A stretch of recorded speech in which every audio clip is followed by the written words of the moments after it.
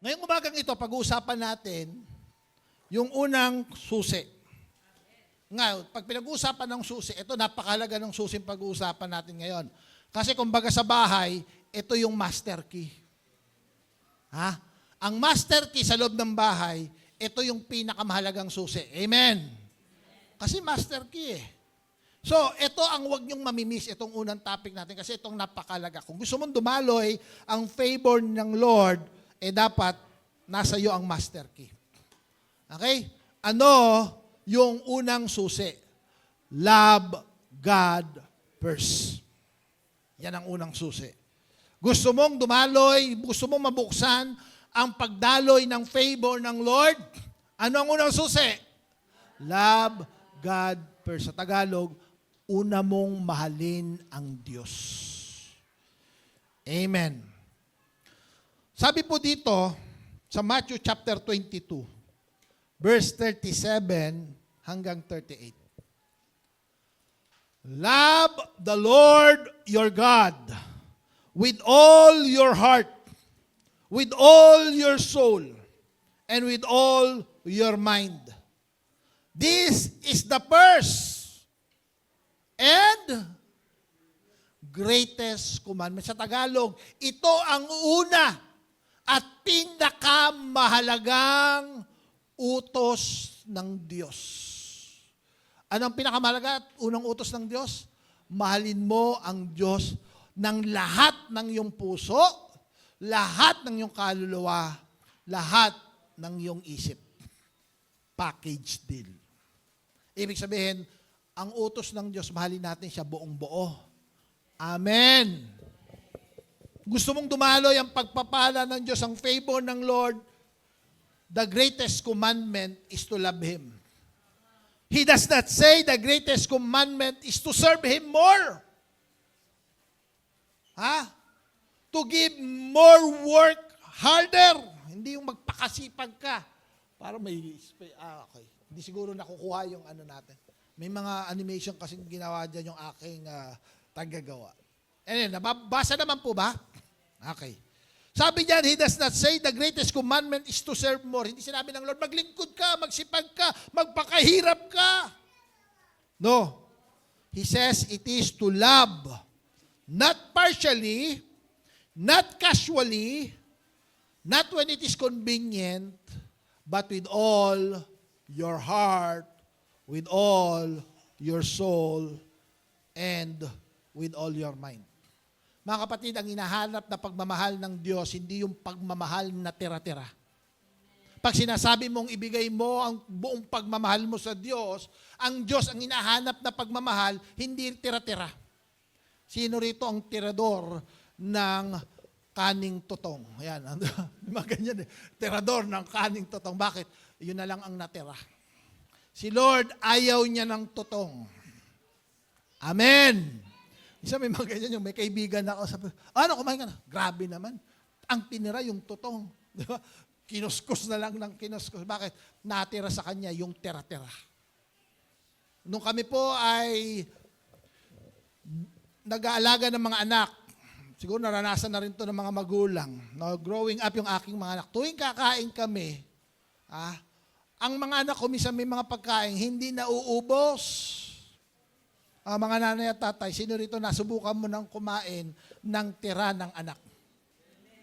Di ba, lalo na pag kumakain kayo sa restaurant, sa Jollibee, tapos may natin, sayang naman yung spaghetti.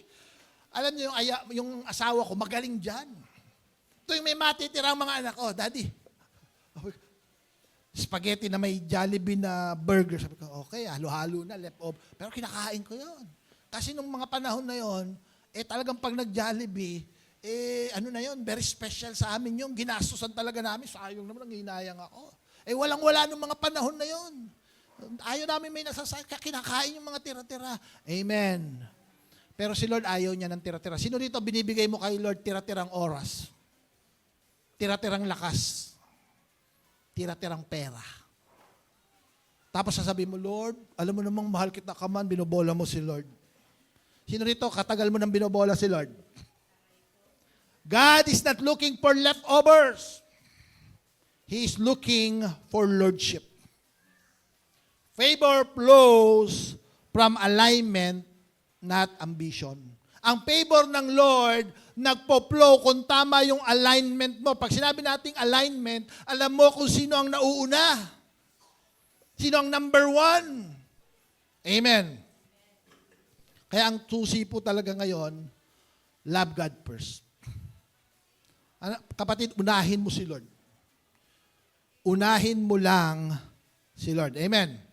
May tatlo tayong pag-uusapan sa hapong ito. Tatlo lang. Magpo-focus tayo sa tatlo. To unlock the favor of God is to love God first. Paano mo mamahalin ng Panginoon? At anong mangyayari pag minahal mo ang Diyos ng buong buo, nang nauuna siya? Number one, God should be your priority. Amen. Hindi, balikan mo na yung tatlo. Yan. Pangalawa, you need to love God with passion. And when you do that, when you make God your priority, when you love God with all your passion, provision will flow in your life. Amen. Yung iba kaya bigo. Lapit ng lapit kay Lord. Ang hinihingi agad provision. Lord, pagpalain mo naman ako, Lord. Lord, i-bless mo naman yung trabaho ko, Lord. Lord, i-bless mo naman yung ko. Priority mo pa si Lord? Hindi. Minamahal mo ba si Lord ng may passion? Hindi. Amen. Kaya ako, nung bago pa lang akong Christian, actually, nung hindi pa lang ako Christian, umattend ako ng mga ganitong gathering, di ba? Medyo na-shock ako. Kasi hindi ako sanay. Na may mga tao, nagtataas ng kamay, lumuluha-luha. Ba't umiiyak? Hindi ko kasi naintindihan yung loving God with all your passion. Amen. Sino dito minsan, ikaw, parang pag nasa presensya ka ng Diyos, parang wala lang si Lord. Okay ba, Lord? Parang, teka lang. Pag ikaw, malaki ang utang na loob mo sa isang tao, di ba? Pag mahal na mahal mo yung isang tao, di ba? Yung heart mo, pagka, iba yung emotion mo, iba yung feelings mo, iba yung passion mo. Bakit? Kasi mahal mo. Mamaya pag-uusapan natin yung tatlo na yan, dyan iikot yung ating discussion this morning. Kaya makinig ka, sabi mo sa katabi mo, makinig ka. Number one, priority. Love begins with God. Again, nung binasa po natin in Matthew chapter 22, verse 37, love the Lord your God with all your heart. Napakahalaga nung salitang all. Sabihin nga natin, all. Di ba? Kaya nga meron tayong salitang sana, all. Alam natin ang ibig sabihin ng all. The word all is critical. Why?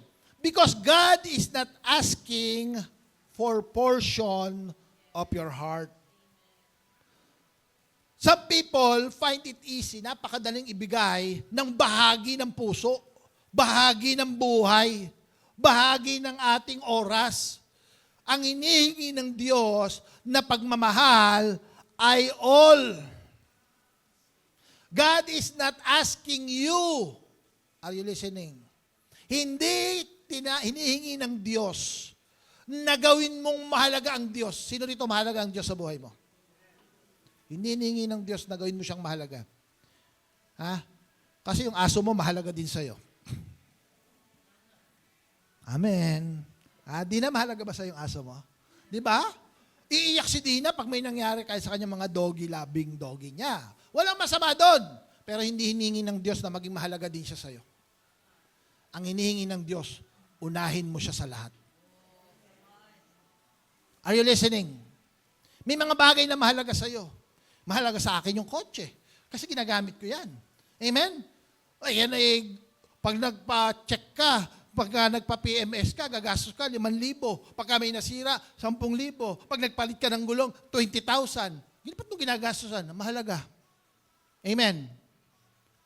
Pero hindi hinihingi ng Diyos na pahalagahan ko siya.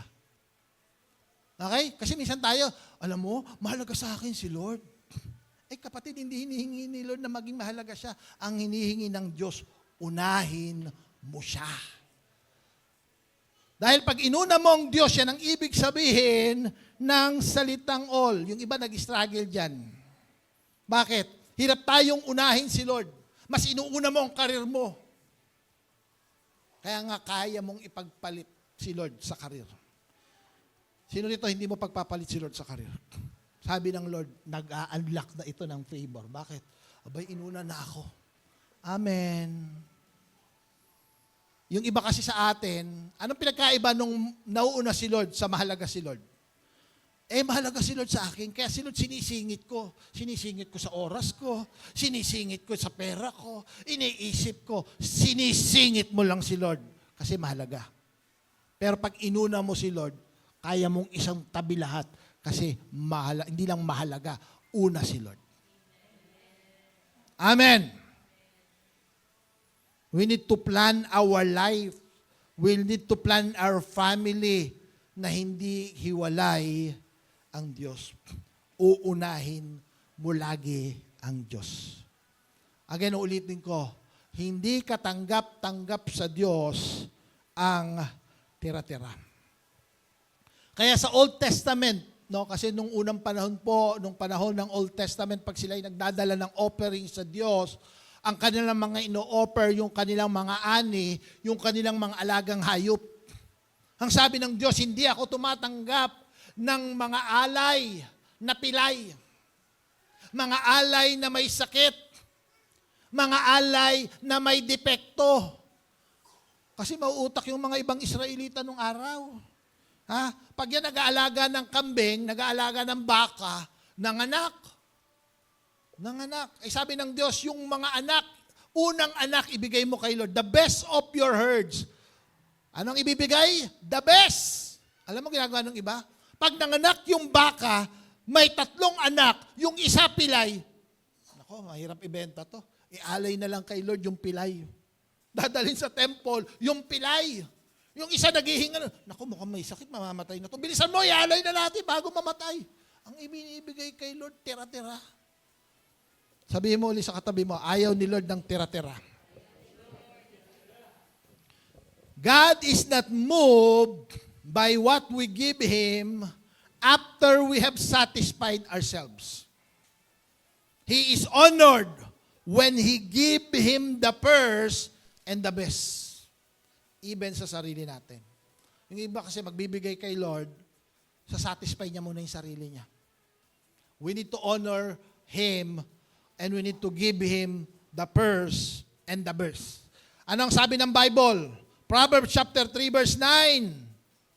Honor the Lord with your wealth, with the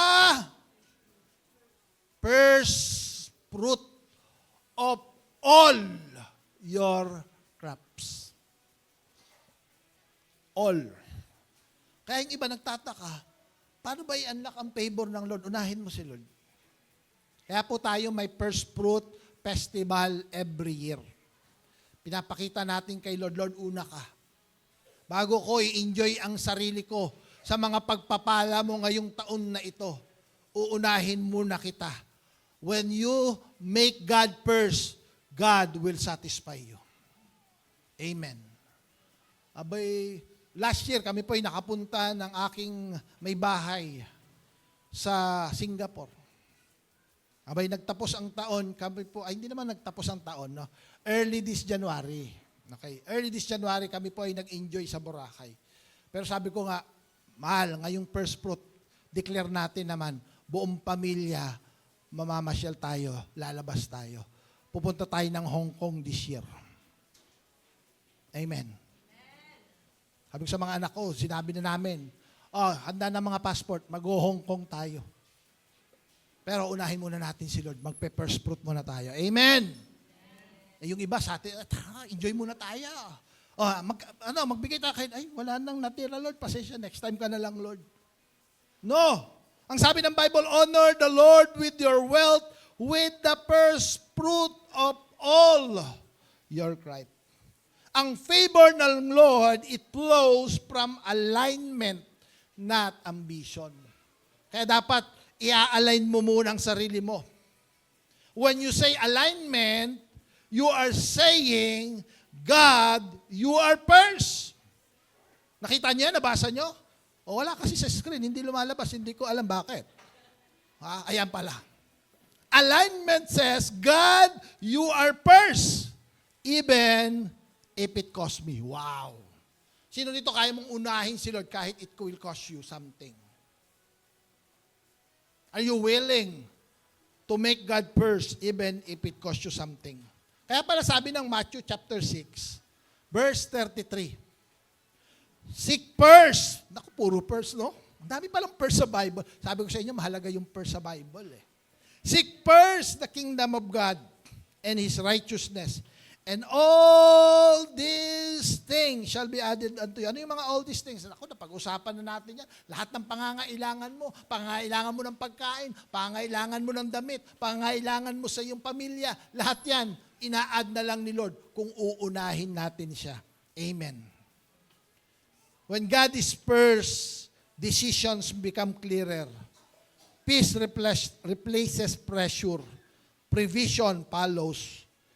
Kaya dapat unahin natin si Lord. Amen. I remember in Genesis chapter 22. Sa Genesis chapter 22 po, etong si Abraham ay challenge ni Lord. Amen. Kasi si Lord may pangako kay Abraham. Ano yung pangako ni Lord kay Abraham? Ha? Ikaw ay gagawin kong ama. Magkakaroon ka ng maraming lahi. Gaano karami ang lahi ni Abraham? Kasing lahi, dami ng buhangin sa dagat. Abay, nung pumunta kami sa Boracay, sabi ko, mabilang ngayon tayo buhangin. Ang hirap palang bilangin ng buhangin. Amen. Kasi marami ng bituin sa langit. Sino dito nasubukan ng bilangin ng bituin sa langit? Nako, hindi mo kayang bilangin yan. Meron ka pang hindi nakikita ng yung naked eye. Sabi ng Bible, sabi niya kay Abraham, marami pa dyan ang magiging lahi mo. Pero yan ay magsisimula sa isang napakahalagang tao. Sino yun? Isaac. Kaya si Abraham, imagine mo, pinangakuan kang ganon. Tapos ikaw matanda ka na, 100 years old ka na. Tapos yung asawa mo, menopause na. Pag menopause na ang babae, tapos 100 years old na yung lalaki, tingin nyo magkakaanak pa? Mukhang imposible na yun. Pag sabi niya, next year, magpaplano tayo, magbe-baby. Pagtatawanan mo yun. Amen. Pero you know what? After a year nung pinangako ng Diyos kay Abraham, 100 years old na siya, si Sarai ay menopause na, hindi na pwede magkaanak, pero after a year, nagkaanak. Abay, siguro, itong si Abraham, mahal na mahal itong si Isaac. Pangakong baby.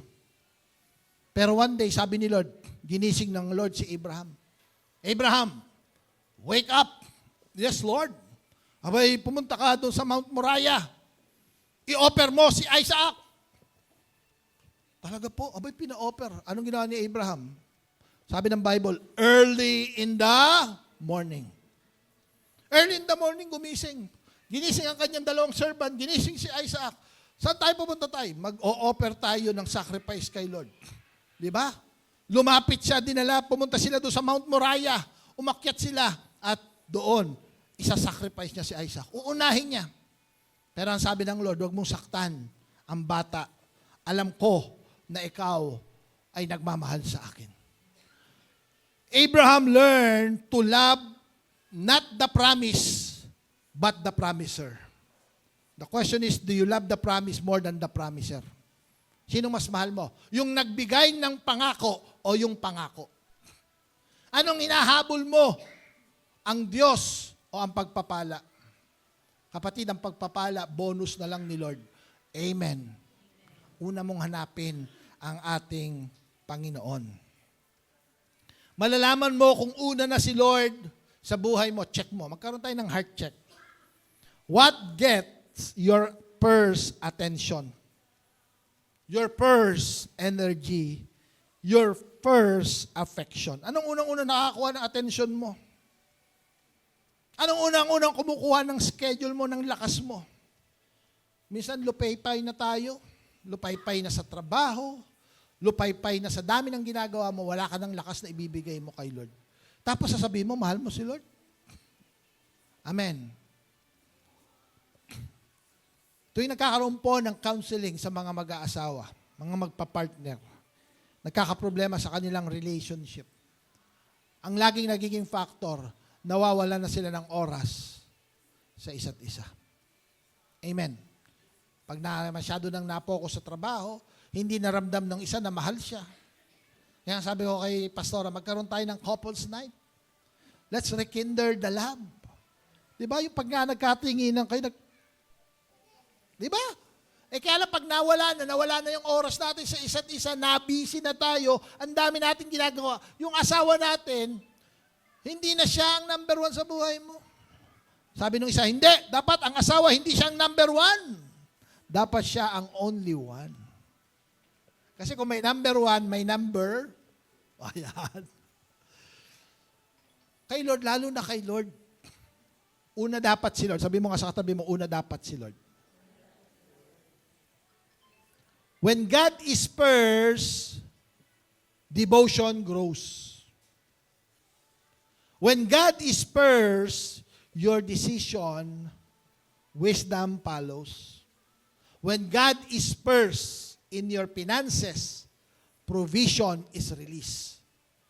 When God is first in your heart, everything else finds its place. Amen.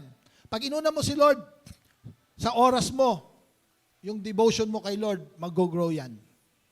Pag inuna mo si Lord sa mga decision mo, magiging wise ka sa mga decision na gagawin mo. Pag inuna mo si Lord sa finances mo, makikita mo ang provision, lalong hindi nauubos. Amen. Pag inuna mo si Lord sa puso mo, lahat ng bagay nag-a-align. Make our Lord and Savior Jesus Christ, make God the center of everything. Sino dapat center ng buhay natin? Si Lord. Make God the priority. This year, sino dito 2026, you want to unlock the favor of God? Make God first. Ha? Sino dito first si Lord? Anong mauna, si Lord o labada? Ba't ka nag-church? Ang daming labada, pastor. Oh, grabe na. Una pa labada kaysa kay Lord. Amen. Sinong una? Si Lord o birthday? Ba't wala ka nun sa... Pastor, pasensya na, may birthday. Ha? Bakit wala ka nun sa... Pastor, may swimming. Tapos sabihin mo, love you. Di ba? Makaawit ka ng love mo kay Lord. Sino rito this year, gusto mo ma-unlock ang favor ni Lord?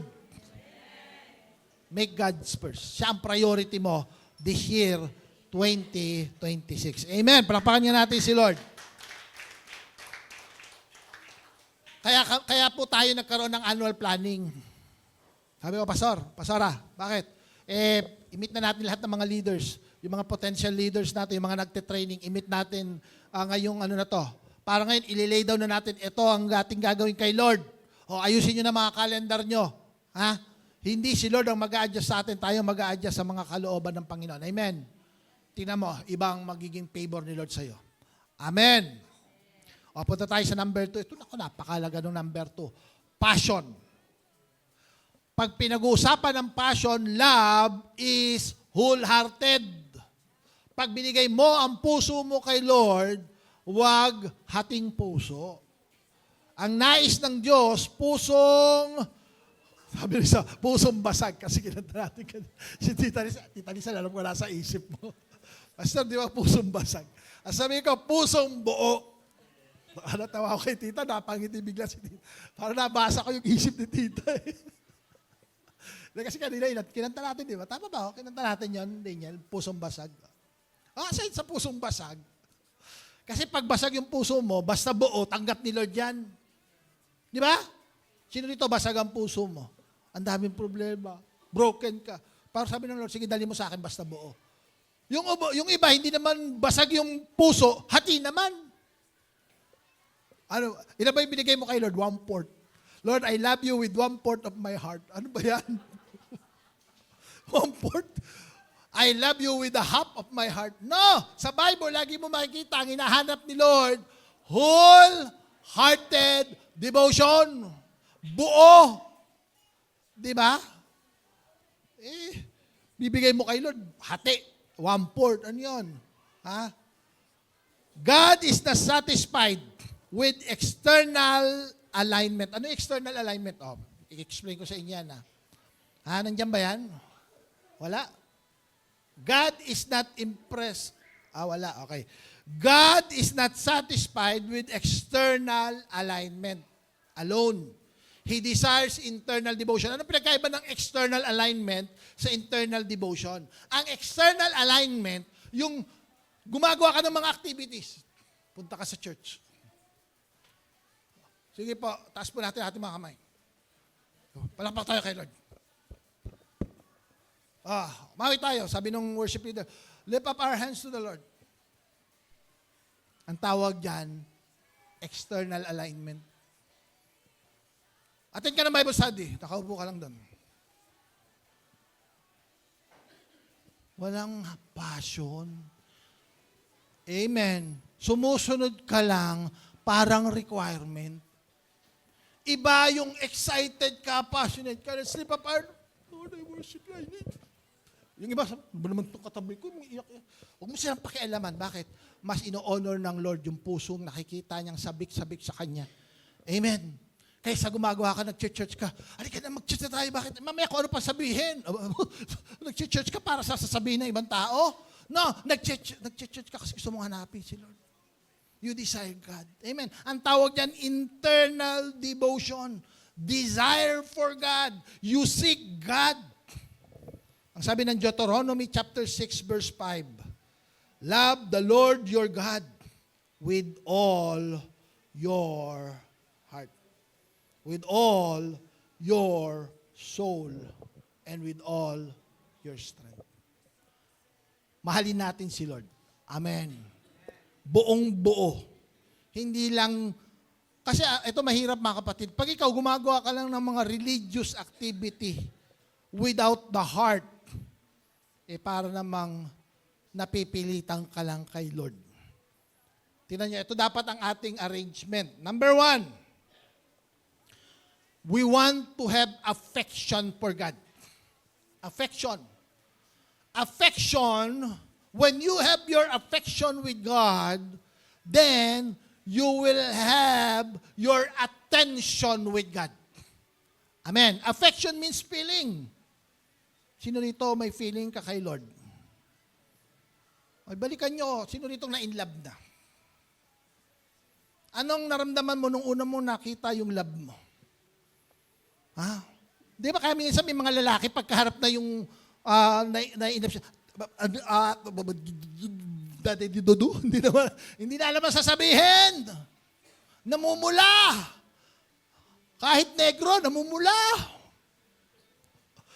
Ang tawag natin yan, nagbablush. Di ba? Wala si pastora dito. Kaya nung una ko nakita siya, sabi ko, parang namumula ka. Wala naman siya dito. Di ba pagka nag-uusap kayo, namumula. Bakit? May feelings. Amen. Tingnan mo yung katabi mo, mukha pa bang may feelings yan?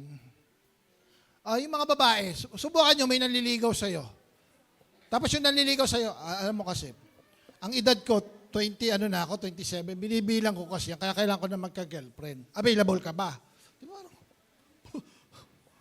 Sasagutin ka kaya ng babae pag ganun ka manligaw?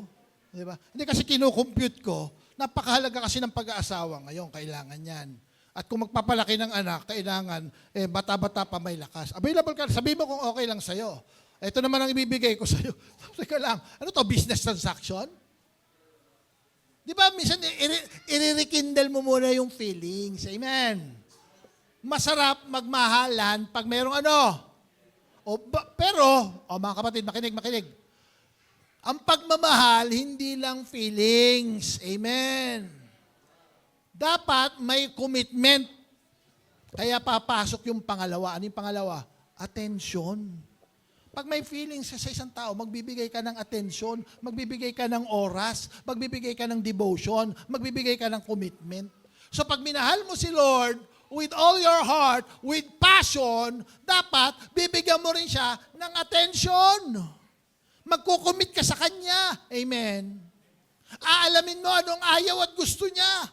When your attention is on the person, hindi pala mahilig to sa, ang paborito pala nito sa ice cream, Rocky Road. So magbibili ako ng ice cream, gusto mo ng Rocky Road? Abay, kada 3 hours pala nagugutom to. Abay, kailangan pala may ready kang pagkain. Kinikilala mo yung tao kasi yung attention mo nasa kanya. Amen. Abay, pag umaga pala, gusto nito, pag gising, may kape agad. Kaya si pastora, magkakape ka na. Alam niya na. Ay, oo. Bakit? Kilala niya na ako eh. Bakit? From feelings, yung affection, nagkaroon na ng ano? Attention. Ganon din tayo kay Lord. Dapat ikaw may heart ka kayo, umiyak ka. Sabi ng Lord, yung anak ko, mahal na mahal ako. Pero dapat yung attention mo rin na kay Lord. Amen. Ano yung attention mo kay Lord? You begin to read the Bible. Ano sinasabi ng Bible? You begin to pay attention sa mga gusto ni Lord. Amen. Ay, ayaw pala ni Lord ng ganito. Bakit? Kasi when your attention is with God, papasok yung pangatlo. Ano yung pangatlo? Action. It means obedience. May action ka na. Bakit? Nakuha mo na attention ni Lord, nakilala mo na si Lord. Sabi pala sa Bible, dapat wag ganito. Dapat pala ganito. Ngayon, mag-a-action ka na. Because faith without work is dead.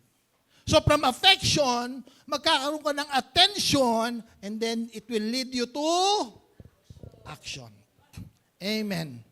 Because God is not impressed by activity without affection. Passionless obedience eventually becomes religious duty. Kung nag-obey ka pero walang puso, nagiging religious duty ka. Diba?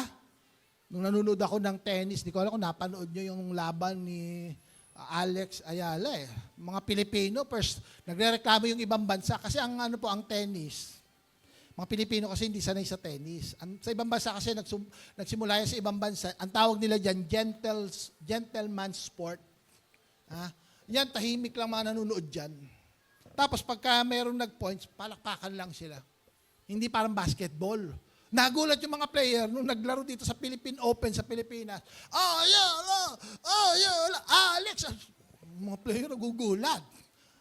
Puso. So, nag-interview nga siya, what is puso? Di ba? Kasi bisigaw yung mga Pinoy, puso. Bakit? Napakalaga, pag may ginagawa ka, nandun yung puso mo. Amen. Mga kapatid, si Lord naghahanap ng mga mananampalataya na sumusunod sa Kanya, hindi dahil kailangan lang sumunod, pero sumusunod sa Kanya ng buong puso. Okay. Tingnan nyo itong Revelation chapter 2 verse 2. Basahin natin. Ito. May kinoment si Lord na church. Ito yung Church of Ephesus. Sabi ni Lord, tingnan nyo ito kasi para maiwasan natin yung ganito. Sabi ni Lord sa Church of Ephesus, I know your deeds. Sino rito naniniwala, alam ng Lord ang ginagawa mo? Alam ng Lord ang schedule mo? Kahit anong pakitang tao mo, wala magagawa. Ang kailangan mo, pakitang Diyos. Minsan may mga tao, pakitang tao natin. Ito naman masyadong pakitang tao. Hindi, magpakitang Diyos ka kasi kahit anong gawin mo, alam ng Diyos yan. Pwede mong itago sa kaibigan mo, pwede mong itago sa asawa mo, pero alam ni Lord yan. Ang sabi ni Lord, I know your deeds. Alam ko. Your hard work. Alam ko, masipag ka. I know that you cannot tolerate wicked people. Alam ko, ayaw mo ng mga masasamang tao. That you have tested those who claim to be apostles, but are not, and have found them false. You have persevered. Aba, grabe. Nakita ni Lord, nag-persevere ka, nagpakahirap ka, nagpakapagod ka. Kinomention ni Lord yung Church of Ephesus. You have endured hardship for my name and have not grown weary. Sabi ng Lord, nakita ko naman. Masipag ka. Nakita ko naman, ayaw mo ng masama. Nakita ko naman, binigay mo ang all. Pero sabi ni Lord sa verse 4, yet, I hold this against you. Ano yun? Meron lang akong isang ayaw na nakita ko sa'yo. Alam mo, natutuwa ako sa'yo, masipag ka eh.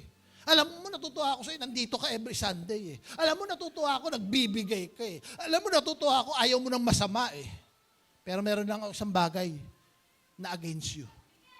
Ano yun? You have forsaken your first love. Mas minahal mo na ang ministry. Mas minahal mo na yung mga kasama mo. Mas minahal mo na yung pagpunta mo kaysa mahalin mo ang Diyos na nagtubos ng buhay mo. Kapatid, Huwag nating hayaan na mas mahalin natin yung activities. Mas maging gutom tayo sa mga activities. Mas maging excited tayo sa paglilingkod. Mas excited tayo sa pagsiserve kay Lord. Nakalimutan na natin yung dapat na minamahal natin ang Diyos na buhay. Amen. Palakpakan nga natin ang Lord.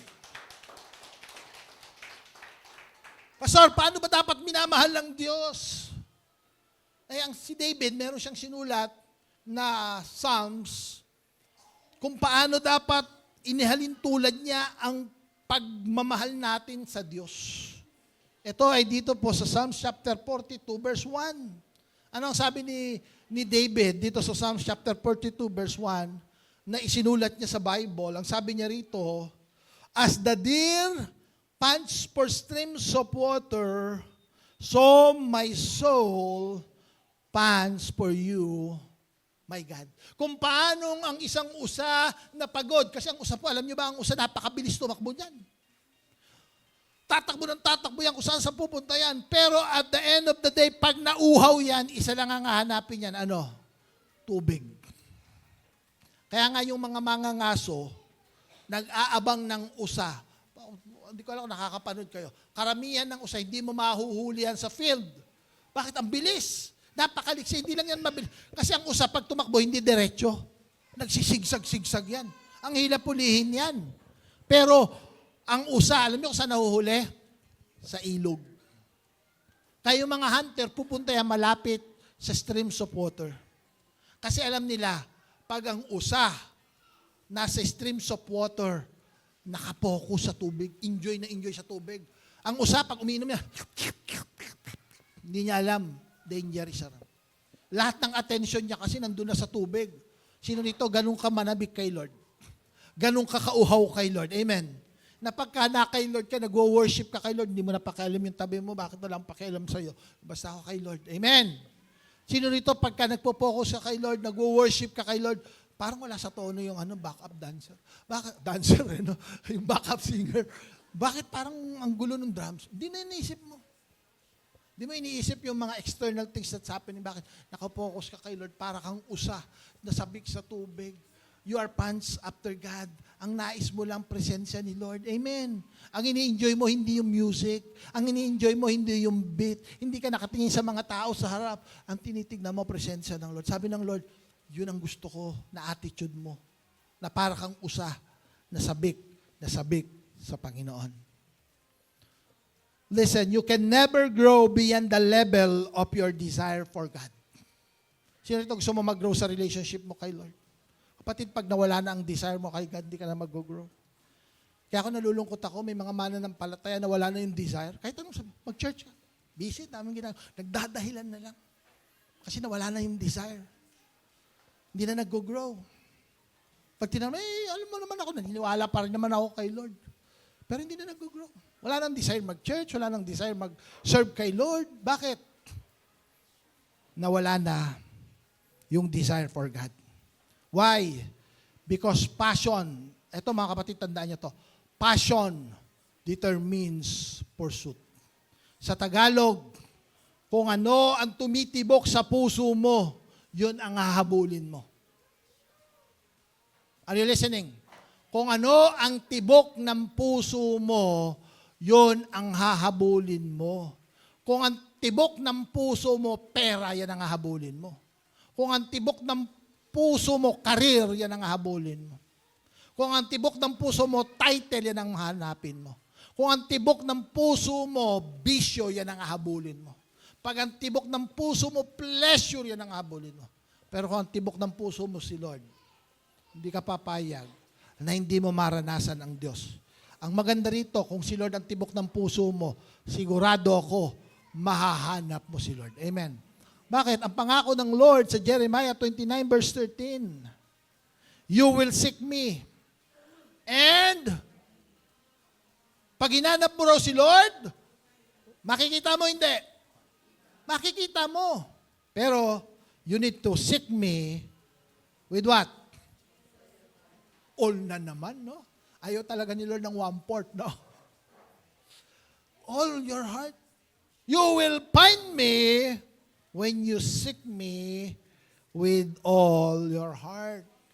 Hanapin mo si Lord buong buo. Ito, tanong ngayong umagang ito. Is my love for God growing or has it become routine? Ang pag-ibig mo ba kay Lord ay lumalago, growing, or has it become routine? Routine na lang. Nakita na ba kayo ng mga religious? Pupunta na lang yan pag linggo, uupo. Uuwi. Ano nakuha mo nung Sunday? Wala. Bakit? Routine ang linggo sa'yo. Routine ang paglapit mo kay Diyos, kay Lord. Do I still marvel at His grace? Or I have become familiar with God? Do I seek Him because I want Him? Or only because I need something? Do you seek God because you want Him? Or do you seek God because you need Him? Hinahanap mo ba ang Diyos kasi gusto mo si Lord? Or hinahanap mo si Lord kasi may kailangan ka kay Lord? Kaya pag lumalapit ka kay Lord, pahingin noon. Pahingin nito at pahingin niya. Sabi, ano? Pahingin noon, pahingin noon. Ano ba, Panginoon ba o pahingi? Nanghihingi ka ba? Sino rito ang tawag mo na kay Lord, pahingin noon? Kasi hingi ka ng hingi na lang. O, ang tatawagin mo, Panginoon, you are my Lord. You are my Savior. You are what I desire. Amen. Hallelujah. Sabi mo nga, mahalin mo si Lord ng buong puso. With passion. Amen. Hindi mo lang ipapriority si Lord, mamahalin mo si Lord ng may passion.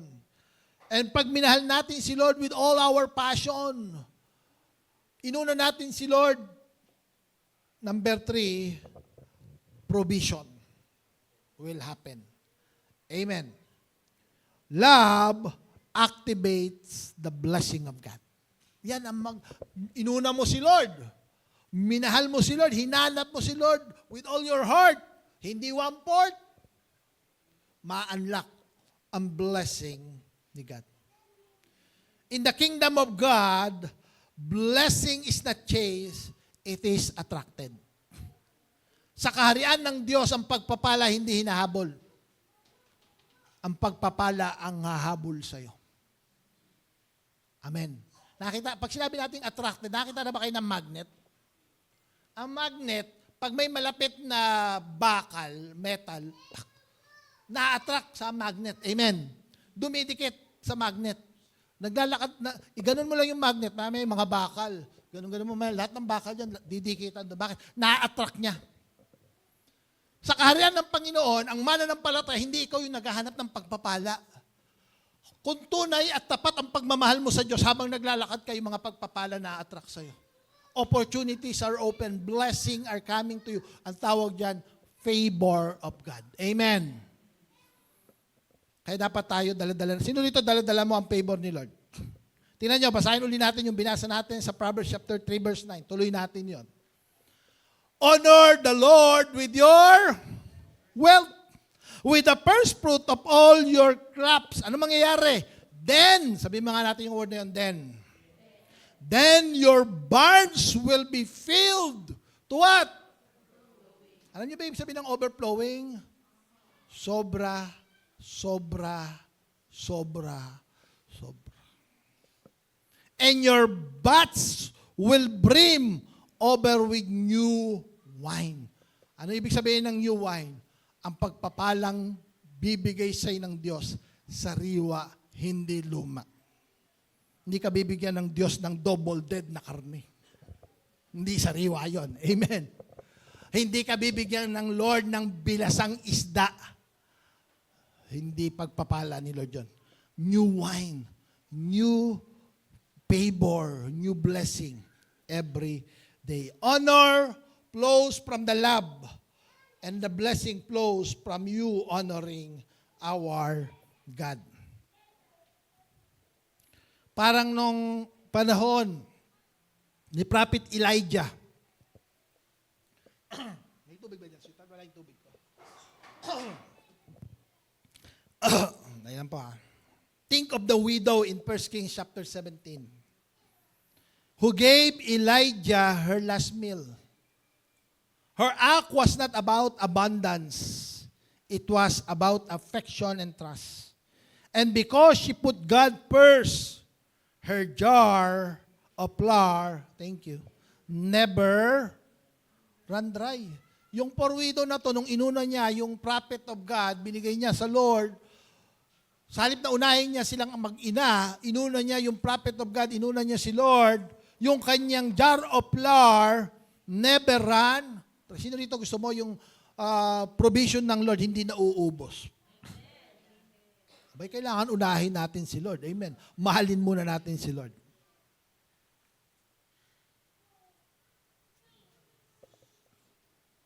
Or, consider the boy with the 5 loaves and 2 fish.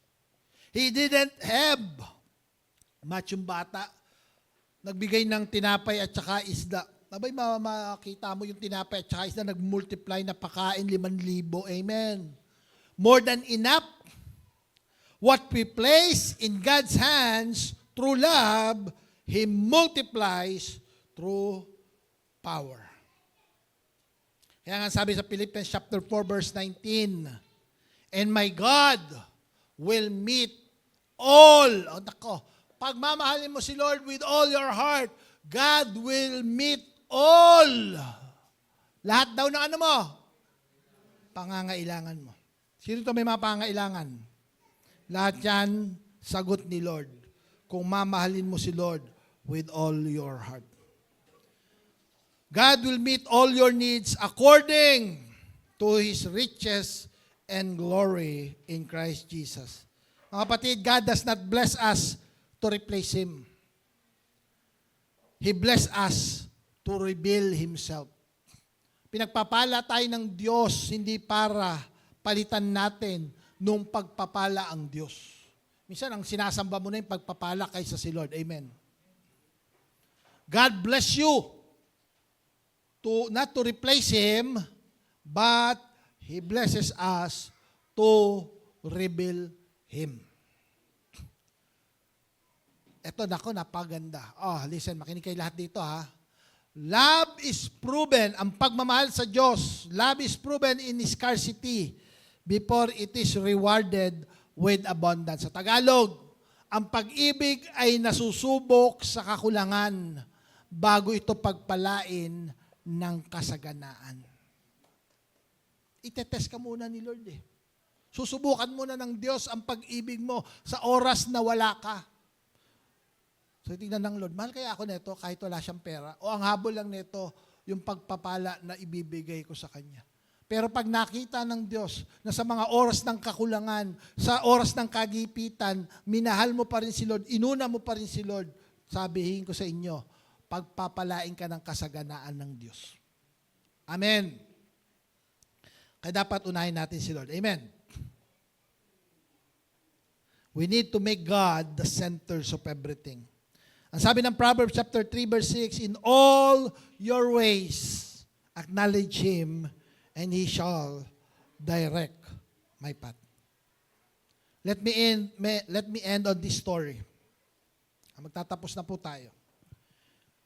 Noong ang ating Panginoon po ay hinuli ng mga Romano, ipapako na po ang Panginoong Jesucristo sa cross. Alam niyo ginawa ng mga disciple? Nagtago. Lahat sila kanya-kanyang tago. Meron siyang isang disciple na napakatapang, pero nung oras na hinuli ang Panginoon, dininay niya si Lord, hindi lang 1 beses, hindi lang 2 beses, 3 beses niyang dininay si Lord. Sino to? Pedro, si Peter. Dininay niya. At nung ang Panginoong Yesus ay napako, namatay sa cross, inilibing, anong trabaho ni Pedro? Mangingisda. For 3 years, sinama ni Kristo itong si Pedro, nangaral sila ng mabuting balita ng Panginoong Yesus. Pero nung ang Panginoong Yesus ay napako, alam nyo ginawa ni Pedro, bumalik sa lumang buhay. Nangisda na lang ulit. Maraming mga tao, pag tumatalikod sa Panginoon, bumabalik sa lumang buhay. Binago na ng Diyos ang buhay nila. Pero nung nawala yung pagmamahal sa Diyos, bumalik sa lumang buhay. Kaya nga yung binasa natin kanina sa Revelation chapter 2, sabi ng Bible, yet I have this against you, you have forsaken your first love. Alam niyo, sabi ng Diyos, return! Bumalik ka sa minahal mo dati. Minahal mo ng Diyos, lumayo ka pa. Bumalik ka. Mahalin mo ang Diyos. Huwag kang bumalik sa luma mong buhay. Itong si Pedro, basahin po natin yung nangyari dito sa mga disciple, particular kay Pedro, sa John chapter 21. John chapter 21. Diyan sa dulo. Wala? Pakilagay na nga lang, John chapter 21. Maganda mabasa nila to. Ito yung huling verse po bago tayo manalangin. John chapter 21, verse 1 to 7. Tapos magja-jump tayo sa verse 15 to 17. Ayan. John chapter 21, verses 1 to 7. And then magja-jump tayo sa verse 15 to 17. Basahin po natin ito, no? Sige. Pwedeng lakihan pa ba yan?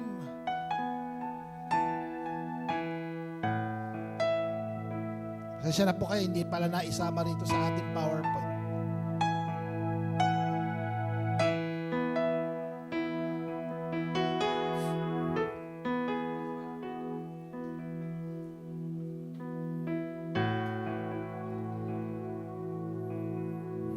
Anyway, basahin ko na lang po para matapos na tayo. Okay, sabi po rito sa John chapter 21, verse 1 to 7.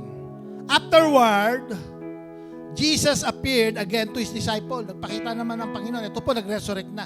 Ang Panginoong Jesus napako sa cross, inilibing, sabi ng Bible, after 3 days, ang Panginoon nabuhay muli. Amen. Nung nabuhay muli ang Panginoon, nagpakita siya sa kanyang mga disciple. Dito po sa verse 1, afterwards, Jesus appeared again to His disciples by the Sea of Galilee. It happened this way. Aba, ang Panginoon, siguro sabi ng Panginoon, saan yung mga disciple ko? Saan yung mga inalagaan ko for 3 years? Saan yung mga kasama kong nangaral? Abay, nakita ng Lord, bumalik sa dagat. Kasi sila Pedro, ano sila? Mangingisda. Bumalik muli sa pangingisda. Sa verse 2, Simon Peter, Thomas, also known as Didymus, Nathanael from Cana in Galilee, the son of Zebedee, and 2 others disciples were together. Ito po yung mga mangingisdang alagad ng Panginoon. I'm going out to fish, Simon Peter told them. And they said, we'll go with you. So they went out and got into the boat, but that night, they caught nothing. Sabi ng mga disciples, sabi ni Pedro sa kanyang mga dabarkads niya, mga dabarkads, mangingisda ako. Abay, sabi ng mga dabarkads yung mangingisda, sama kami, mangingisda rin kami. Abay, pumalaot po sila, dalang kanilang mga bangka, at habang nangingisda sila, nagtataka sila, wala silang huli. When was the last time na naalala nyo si Pedro nangisda nang walang huli? Di ba nung tinawag sila ng Panginoon? Sabi ng Bible, nung unang tinawag sila ng Panginoong Yesus, ang mga disciples nangingisda, nanguhuli, all night nanguhuli sila pero wala silang huli. Pumunta sila sa Pangpang, at nung pumunta sila sa Pangpang, sabi ng Panginoon, pwede ko bang magamit yung bangka mo? Mangangaral lang ako. Ay, sige po. So, pumatong ang Panginoong Yesus sa bangka at nangangaral siya. At pagkatapos niyang mangaral, sabi niya, kumusta pangingisda niyo? Ang sabi ni Pedro, buong magdamag po ng isda kami, pero wala kaming huli. Sabi ng Panginoong Yesus, pumunta ka. Sige, pumunta ka uli. Pumalaot ka uli. Ihagis mo ang iyong lambat. Sabi, wala nga po kaming uli. Pero dahil sinabi niyo, susunod po kami. Tingnan niyo, basahin natin uli. Ang ganda kasi nung pagkakasabi rito ng Lord. Pagdating sa verse 4, early in the morning, ito hindi nila pa nakikilala ang Panginoong Yesus Early in the morning, Jesus stood on the shore. But the disciple did not realize that it was Jesus. He called out to them, "Friend, have you any fish?" "No," they answered. And he said, throw your net on the right side of the boat, and you will find some. When they did, they were unable to hold the net in because of the large number of fish. Alam niyo, habang binabasa ko ito, naalala ko, pumira si Lord, binalik sila Pedro doon sa unang araw na natagpuan nila ang Panginoong Hesus. Nung tinawag ng Panginoon si Pedro, yun na yun yung biglang lumuhod si Pedro, Lord, wala akong karapatan. Diba sabi, hindi, Pedro, mula ngayon, gagawin na kitang fishers of men. Imagine mo, sabi lang ng Diyos, wala ba kayong huli? Sabi, ihagis nyo sa kanan yung lambat. Alam niyo, nung unang pagkakataon, di ba, magdamag, wala silang huli. Sabi ng Panginoon, sige, pumalaot ka, hagis mo yung lambat mo. Siguro nung hinagis yung lambat, inutusan na ng Diyos yung mga anghel.